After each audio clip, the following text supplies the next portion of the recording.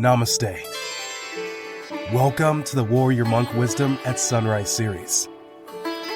A daily dose of self-discovery can bring the calm within the storm. For when we know ourselves, the rest of the world begins to make sense. Let's flow.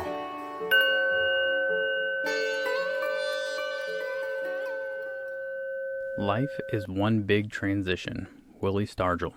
Good morning. We are talking about the transitional curve, as I call it.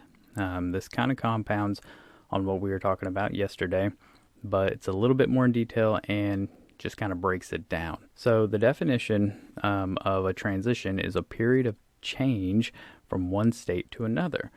So when you think of it in those terms, life is literally a big transition. From the second that we're born to the second we die, we're literally aging through our life. So we are transitioning moment to moment. So understanding the phases of a transition can bring awareness, which again, if you listen to yesterday's episode, will bring you to step number 1 on how to continue to move forward in a direction that you want, right? These phases, they happen in all transitions and change to some degree, all right? So sometimes it can happen in a split second, and sometimes it can take years for some of these to go on. So number 1 is the buildup. So what's going on before the actual change or transition itself? Think of this from your current life, but also look at it in retrospect so you can gain awareness to, what happened. So like, for example, hey, I was in a car wreck. Okay, well, what happened immediately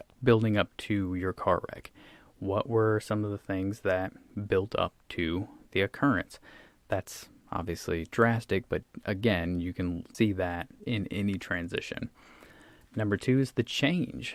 This is what actually happens. So maybe you're talking about weight loss or weight gain. Maybe you're talking about getting a new job, divorce, marriage. Whatever the focal point of the transition is. Then it's the fall.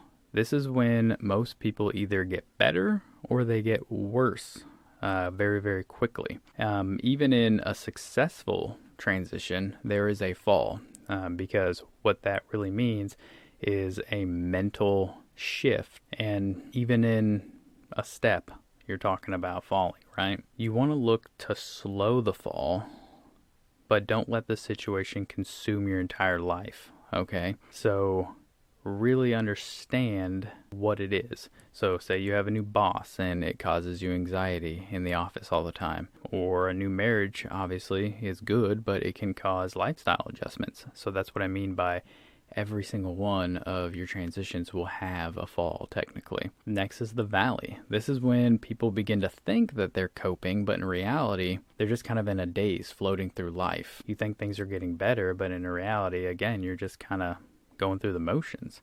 And you want to try to shorten this phase through mental awareness exercises and routines and rituals to pull yourself out of this valley, if you will.